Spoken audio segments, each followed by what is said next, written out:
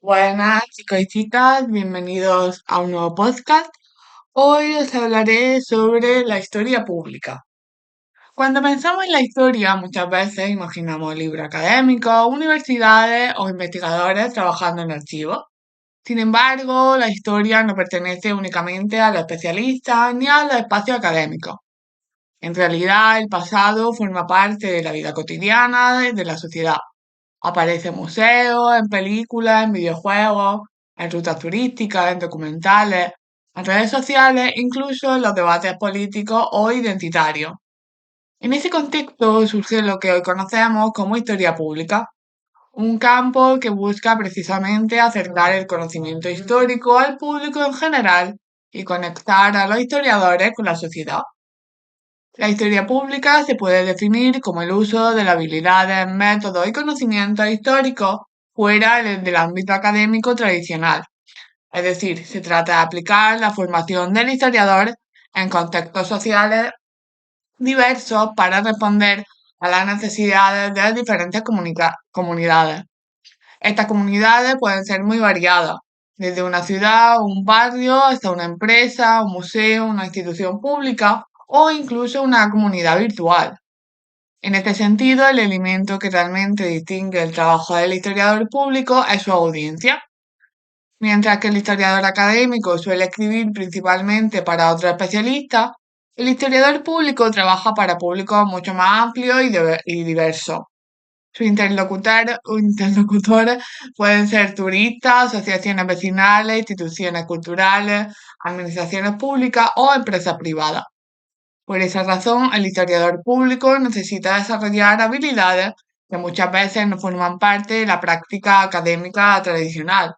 Debe aprender a comunicar el pasado de manera clara, atractiva y accesible, adaptando su discurso a públicos muy distintos. Esto implica enfrentarse a retos particulares, responder preguntas complejas, gestionar memoria conflictiva o interpretar el pasado en contextos sociales y políticos sensibles. Las actividades de la historia pública son extremadamente diversas. Los historiadores públicos pueden participar en la investigación histórica, pero también en la creación de exposiciones de museos, la gestión de archivos, la organización de rutas históricas, la producción de documentales o incluso la asesoría histórica para películas, series o videojuegos. En otros casos, trabajan diseñando sistemas de gestión documental para empresas, editando manuscritos históricos o elaborando presentaciones multimedia que ayuden a difundir el pasado. Uno de los objetivos fundamentales de la historia pública es pluralizar el lugar desde el cual se cuenta la historia. Tradicionalmente, el conocimiento histórico ha estado muy ligado a instituciones académicas y a un número relativamente reducido de especialistas. La historia pública propone ampliar ese marco, reconociendo que la memoria y la interpretación del pasado también se construye desde muchos otros lugares de la sociedad. En ese sentido, se busca democratizar el conocimiento histórico, fomentando un diálogo entre distintas interpretaciones del pasado. La historia deja de ser un discurso exclusivo de los historiadores para convertirse en un proceso colectivo en el que participan comunidades, instituciones y ciudadanos. El historiador brasileño Ricardo Santiago propone entender la historia pública a través de cuatro formas de relación entre la historia y el público. La primera es la historia con el público, que se refiere a proyectos realizados de manera colaborativa entre historiadores y comunidades. En estos casos, el público participa activamente en la producción del conocimiento histórico. La segunda es la historia para el público, que busca ampliar la audiencia y hacer que el conocimiento histórico llegue al mayor número de personas posible. La tercera es la historia hecha por el público, que incluye todas aquellas prácticas de memoria y reconstrucción del pasado realizadas por personas que no pertenecen necesariamente al ámbito académico.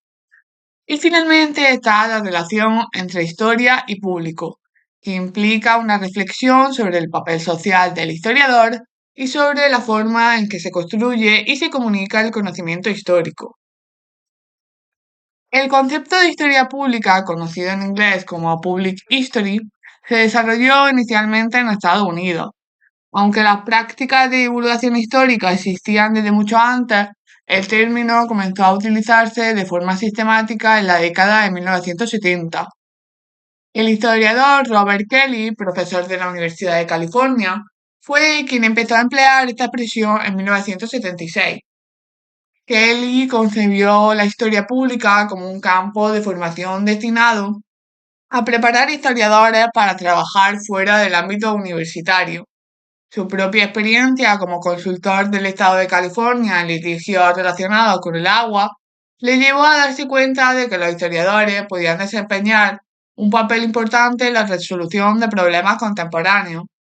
Para que él, la historia pública significaba precisamente utilizar el método histórico y la formación de los historiadores en ámbitos no académicos, abriendo nuevas posibilidades profesionales más allá de la universidad. A finales de los años 70 comenzaron a surgir diversas iniciativas orientadas a formar historiadores capaces de trabajar en instituciones públicas, empresas o proyectos culturales. Este momento culminó en 1978 con la creación del National Council on Public History, que era una organización destinada a promover la práctica y el desarrollo de este campo. El Consejo se convirtió rápidamente en una plataforma fundamental para profesionales, investigadores y aficionados interesados en trabajar con el pasado fuera del ámbito académico. Entre los temas que abordaba se encontraba la política pública, la historia oral, la gestión de museos, la administración histórica, la historia audiovisual o la organización de exposiciones. Ese mismo año apareció también el primer número de la revista The Public Historian, dirigida por Wesley Johnson y financiada por el National Council. Desde entonces, esta revista se ha convertido en una de las principales publicaciones dedicadas a la historia pública. En términos generales, la historia pública puede definirse como la investigación, la enseñanza y la interpretación del pasado que se realizan principalmente fuera del entorno académico. Los historiadores públicos trabajan en museos, archivos, sitios históricos, sociedades culturales o instituciones privadas. Un aspecto clave de este campo es la colaboración con el público. Los historiadores públicos suelen trabajar junto a comunidades locales, asociaciones o expertos no académicos para desarrollar proyectos históricos que tengan relevancia social. La historia pública, en definitiva, busca hacer que el pasado sea accesible, comprensible y significativo para toda la sociedad. El surgimiento de la historia pública también debe entenderse en relación con el contexto económico y académico de los años 70. Durante esta década, Estados Unidos atravesó una crisis económica que afectó profundamente al sistema universitario. Las universidades comenzaron a reducir sus presupuestos y el número de plazas académicas disponibles disminuyó considerablemente. Como consecuencia, muchos historiadores recién formados encontraron enormes dificultades para acceder a empleos permanentes en la enseñanza superior.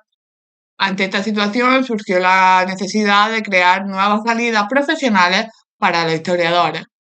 La historia pública apareció entonces como una alternativa que permitía aplicar el conocimiento histórico en ámbitos sociales, culturales y administrativos. Al mismo tiempo, esta crisis coincidió con un periodo de reflexión crítica sobre la propia disciplina histórica. Algunos autores señalaron que la profesionalización de la historia durante el siglo XX había contribuido a alejar a los historiadores del público general. En su intento por convertir la historia en una disciplina científica basada en la objetividad, los historiadores habían desarrollado un lenguaje especializado y un sistema de reconocimiento centrado en la comunidad académica. Esto redujo la audiencia de la historia a círculos cada vez más especializados. La historia pública surgió en parte como respuesta a este aislamiento. Su objetivo era reconectar la disciplina histórica con la sociedad, demostrando que el conocimiento del pasado podía tener utilidad y relevancia más allá de los círculos universitarios. Durante los años 80 comenzó un proceso de expansión internacional de la historia pública. Miembros del National Council organizaron diversas giras académicas para dar a conocer este campo en otros países. Uno de los protagonistas de este proceso fue Wesley Johnson, quien entre 1981 y 1983 visitó diferentes instituciones en Europa y otros lugares del mundo para identificar programas relacionados con la historia pública. En Francia, por ejemplo, el historiador Henri Rousseau publicó en 1984 un artículo en el que analizaba las posibilidades de desarrollar esta disciplina en el contexto francés. Rousseau señalaba que existía una creciente demanda social de historia por parte del Estado, los sindicatos, los partidos políticos y diversas asociaciones. En ese contexto surgieron iniciativas como la Consultoría Histórica fundada por Félix Torres, especializada en el trabajo con archivos empresariales y en la asesoría histórica para empresas privadas.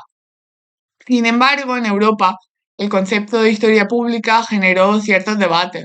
Muchos historiadores franceses temían que el énfasis en la consultoría y en los usos corporativos del pasado pudiera convertir la historia en una actividad comercial o instrumentalizada políticamente.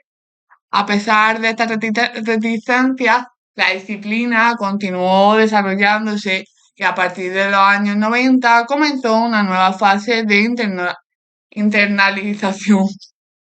En 2009 se creó un grupo de trabajo dentro del National Council con el objetivo de fortalecer la dimensión internacional de la historia pública. Este proceso culminó en 2010 con la creación de la Federación Internacional de Historia Pública, una organización que reúne a investigadores y profesionales de numerosos países. Hoy en día esta federación cuenta con cientos de miembros y funciona de manera independiente, lo que demuestra el carácter global que ha adquirido este campo. Uno de los modelos más conocidos para explicar la estructura de la historia pública fue propuesto por el historiador Thomas Cauvin, quien utilizó la metáfora de un árbol del conocimiento histórico. En esta metáfora, la historia pública se entiende como un sistema compuesto por 4 partes interconectadas: las raíces, el tronco, las ramas y las hojas. Las raíces representan la creación y conservación de la fuente histórica. Esto incluye actividades como la gestión de archivos, la preservación de los documentos, la protección de sitios históricos o la digitalización de materiales.